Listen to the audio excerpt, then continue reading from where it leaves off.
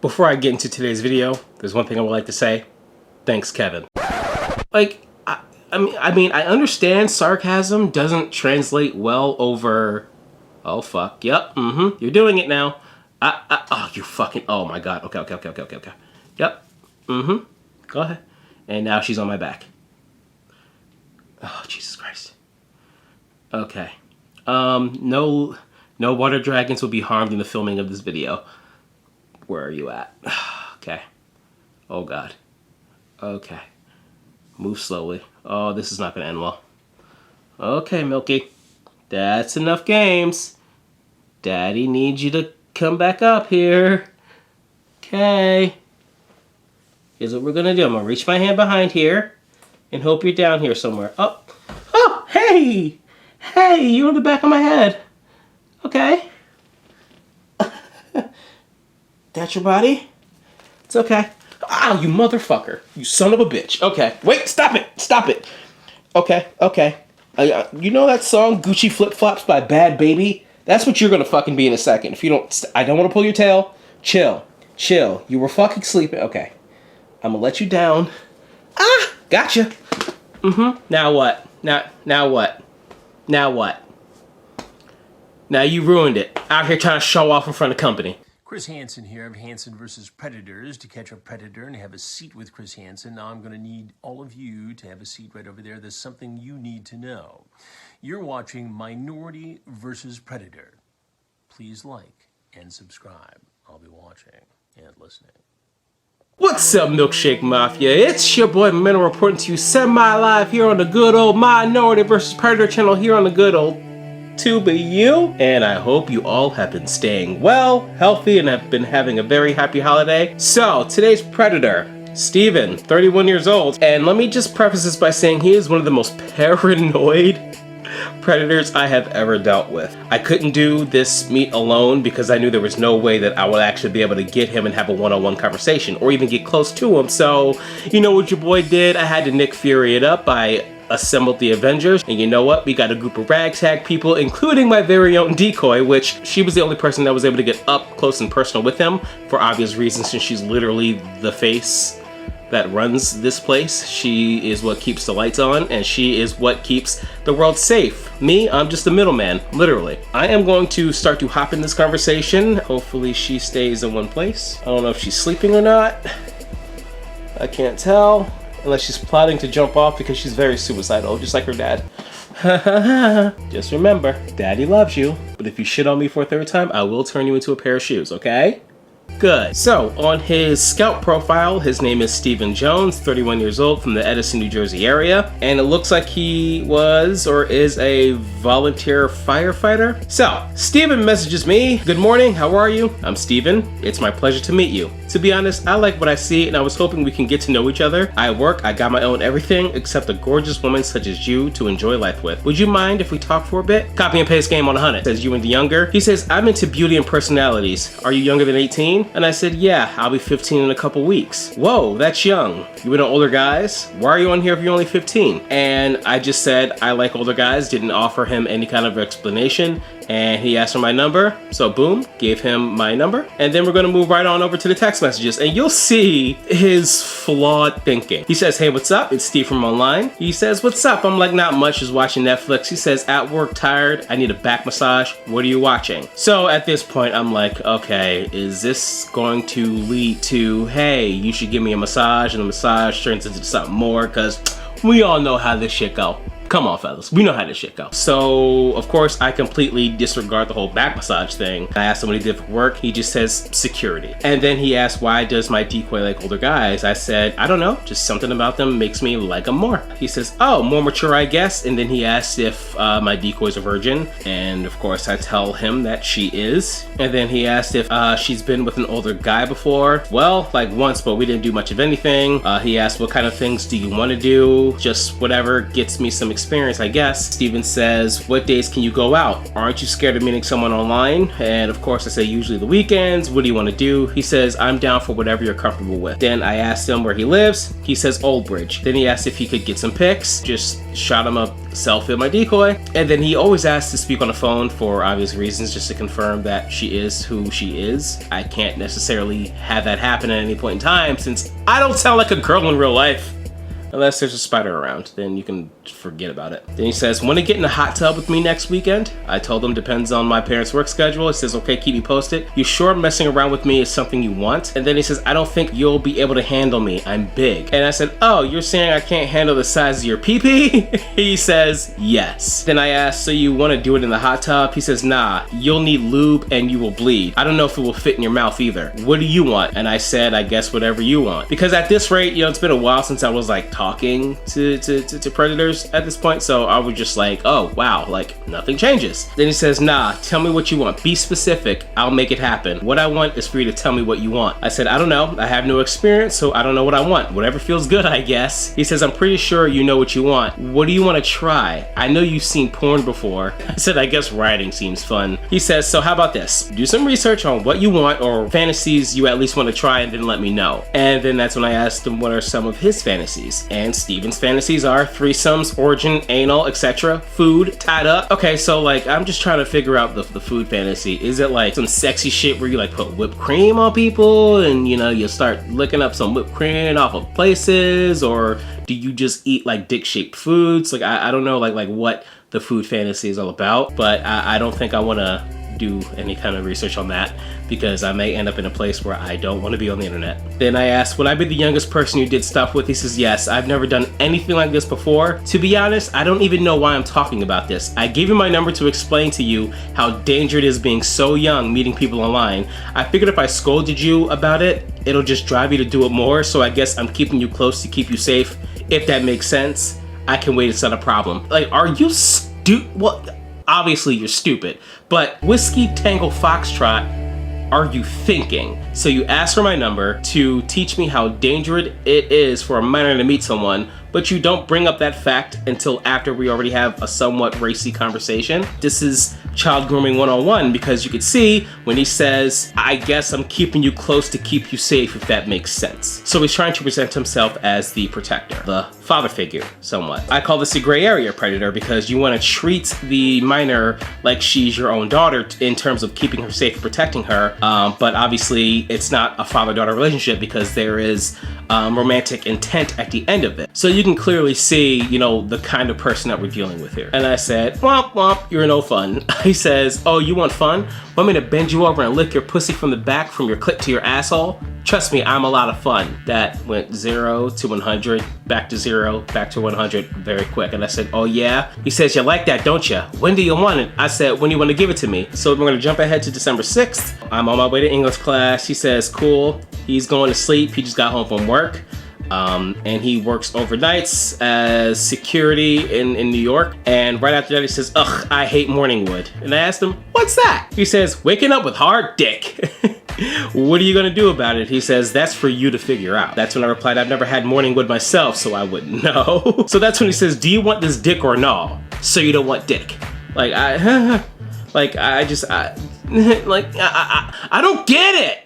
Milky, I don't get it. Hey, how big are your boobs? I said, a handful. He says, send me a picture of them. That's when I say, I don't know. I never took pictures like that before. And then he just says, there's a first time for everything. You want to have sex with me, but scared to take a picture. I mean, he did kind of paint me into a little bit of a corner. I'm not going to lie to you, but you know, I'm the ultimate finesse, so I get my way out of these situations with ease sometimes. And then that's when I replied, there's a girl in my school that sent a pic like that to one of our classmates, and the whole school ended up seeing it, so I'm not comfortable. And when I was in high school, there actually were a few instances where that did end up happening. So this shit does actually happen. He says, I'm not in your school, and it's called building trust. If there's no trust, then what is there? Ladies and gentlemen, child grooming 101. And I said, so I'm supposed to trust you with a picture like that after a couple days? Like, hello? He says, you're not 18, so why would I show anyone? So he knows the consequences, but he doesn't care. And then I say, you haven't even sent me a picture yet from when you asked me for one before. And he says, I will send you pics. All I'm asking is for that one picture, which asking for one picture is the furthest thing from the truth because they always want more. I mean, it literally just happened here where he asked for selfies a couple times, he got it, and then what did he do? He turned right back around and asked for another. I say no to sending the nude, and then he goes on this whole child grooming building trust thing. This is what he's doing, this is how it's done. Like, parents, tell your kids, you know, it's always more with them. Stuff like this always ends up snowballing. There's always a domino effect. It never just stops at step one, okay? It's step 1 to step 2 to step 3, and it literally never ends. Ever. And that's the problem. He sends me a picture of him holding his driver's license. I don't think I've ever met a predator more stupid than this. And that speaks volumes because a lot of these guys I talk to are really stupid. This is an astronomical amount of just pure stupidity at its finest. So we're gonna move right on. So I sent him a selfie back. He says, nice pic, you're beautiful, but it's not the one I asked for. Once again, he's going back to the nude thing for the 3rd or 4th time here. I said, well, that's all you've earned in terms of a picture. He asked, how do I earn the rest? Do you like romance? And here's where you see the evolution in his former child grooming. It goes from like guerrilla warfare, you know, you're busting right out in sex, tit pick, to, okay, that's not working. She's pushing back, so I need to wine and dine her, make her heart melt a little bit, and hopefully that will be an easier way for me to gain her trust so she could just fall in love with me and give me what I want out of her. And I said, oh my God, yes, because why not? He says, ugh, I'm a hopeless romantic. I haven't really found anyone that deserves it lately, but yeah, I love romance. I said, yeah, I like having my heart melt. And Steven says, well, I hope you are ready to have it melt away. So we go in to talk about his poetry. So we're gonna fast forward a little bit here. He just says, I need to hear your voice before we meet. I said, okay, as long as I get my poem first. Then he says, I'm giving it to you in person. It's more romantic that way, reading it to you. And I never got the pic that I asked for. Once again, it's that topless photo. And I said, I know. And he says, okay, so send it. That's all he cares about in this moment. Like, he has one intent right now. And once he gets that picture, well, obviously, in a hypothetical situation, if he got that picture, it would just lead to asking for other things. It's a give and then take. And I asked him, what are you gonna do with the picture? He says, just look about it.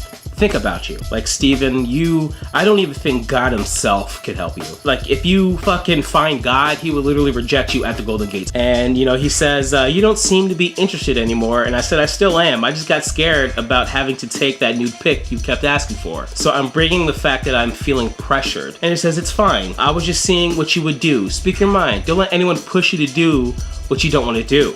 We made plans on December 12th. So then I said, you know, I won't be ready till after 6 or 7. He says, hey, I need to ask you a very important question. Are you trying to get me in trouble, or are you or anyone affiliated with any law enforcement? I ask because I got a kid and I'm not trying to get caught up. And now you bring the guilt of possibly losing a child by doing something that's stupid. And yet you're just thinking about yourself first in the end. Because had you been thinking about your child the entire time, you wouldn't even have gotten this far in this conversation. That's pathetic, and that is no way a father should be. Right, baby? Right. And I said, no, I'm not a cop, I promise, jeez. He says, I know you're not a cop, but are you affiliated with anyone trying to get me in trouble? I said, no, I'm not. Obviously, I'm not. So then he asked, where is he picking me up at? He already called out of work, and I fucking stood him up. I did. And this wasn't me just trying to be petty. This was me just really throwing up another red flag. In this situation, it's very important for you to sort of cut ties because, hello, this person is underage. He has no common sense at all. So then, you know, the next day, can you step out? And I said, not even a little bit. He says, oh, I got you something, but I'll see you when I see you. And I said, let me guess. I'm gonna ask you what it is and you won't tell me because it's a surprise, right? He says, not even. I don't play these kid games. I said, okay, so then what did you get me? And he says, honestly, I don't think you're ready for a guy like me. My romance and the things I want you to experience, not talking sexually. Oh no, you're awake. Am I being too loud for you? I apologize. It's bigger than black and green, okay? Remember, Milky, no matter what happens. Oh no, you're going back to sleep, I can see it, okay. Okay, I'll try to wrap this up, okay? I try to wrap this up, I promise. So we fast forward to Saturday, December 18th, one day before we do the meet. He asked, what am I doing? I told him getting ready to go to the movies. We're gonna go see Spider-Man. Which was true. We saw Spider-Man and it was great. So my favorite part of Spider-Man No Way Home is definitely that part where Ant-Man, then he says, I'm out working tonight if you want to ride. And I said, yeah, sure. I'll just let my parents know I'll meet them at the theater. Obviously being sarcastic, because in what world would any parents be, okay. He says, okay, what time do you want to meet and where? Hello? Hey, I need to know what's up so I have enough time to come get you. And I said, I was kidding. I'm going with my parents. How in the world am I supposed to explain to them that someone else is driving me to the theater? He says, I'm trying to have a conversation with you and you over here making jokes. Let me know when you want to go for a ride. You got my number. We're going to the night of the meetup. So I knew how difficult it would have been for me to be able to get close to him and have a one-on-one conversation and really do this confrontation. So I put out a Facebook post and said, hey, I need people. And I also texted my decoy, say, hey, what you doing? Come down here, we got it. So just come up. I debriefed him on all the situations and we were literally just a ragtag team of randoms. And you know what? We had a really good night. Despite the situation, how difficult it was for us to actually get him, but it was insane. So we got there. There was a lot of moving parts here. So I had my decoy take my phone, put that bitch on record. It was me, L, C, and A. I don't want to say their names out loud, so I just start with their initials. Grouped together, we kind of blended in with the crowd, so we kind of just walked out there. So I saw him standing outside of the truck with my decoy. Am I going with? Yeah. Yes. Keep it concealed. You're going west now? Behind her. Well, how am I Start- supposed to call them? I'll just start. Don't recording. call, just like act like you're, just walk Okay. that way. Just like walk that way towards the truck.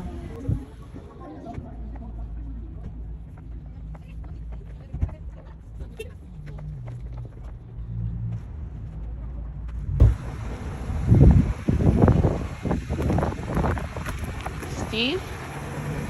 Hi. Huh? Who? Which one? There's... I don't even know her. What? We're not gonna go inside? Huh? Go where? Well, we're already here. They're not even busy in there. Not even gonna come out and give me a hug, just want me to jump in the car.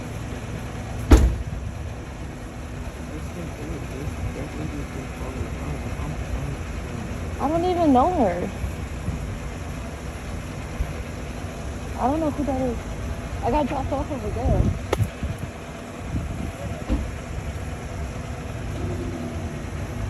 Maybe it's nobody but family. Can you at least come out and give me a hug?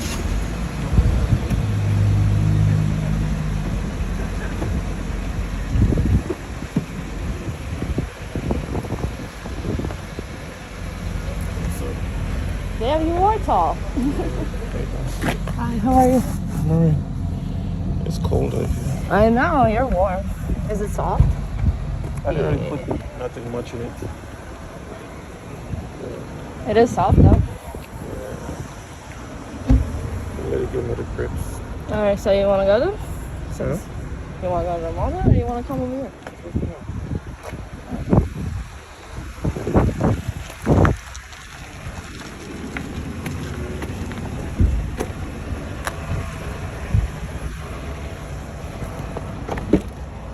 Well, let me just call my mom so she knows I'm chilling.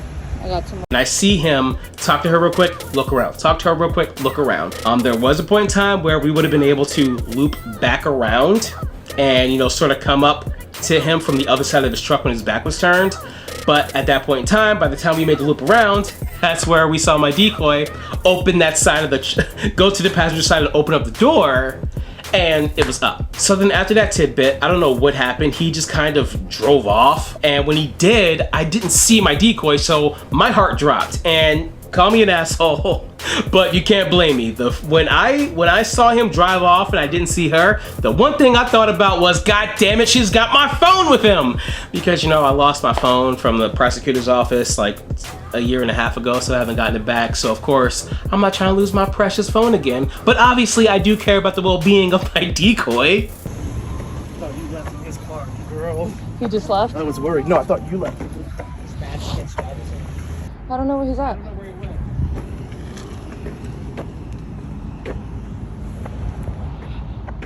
I see her, she's still walking out. I take my car, I move it to the to-go spaces in Olive Garden. So there's my car here, one of our other cars, an open spot, and someone else's car. So I'm standing out of the window talking to one of the people that I was with. So as I'm talking, I hear my decoy on the phone with him, you know, getting mad at him because like he basically drove off on her. I had to give her an Oscar because she really pulled this thing together. And without her, none of this would be possible. So round of applause for the decoy there.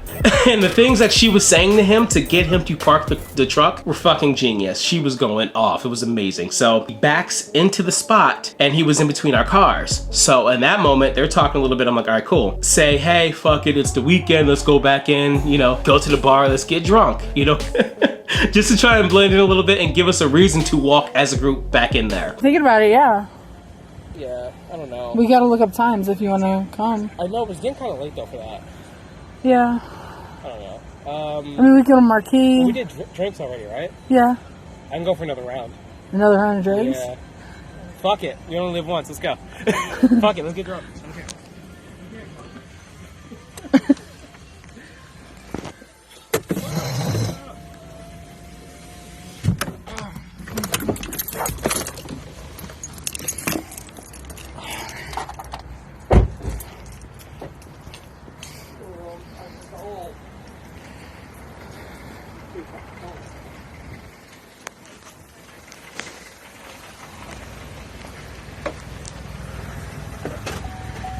So you want to tell me why you came here to meet a 14-year-old girl, Steven?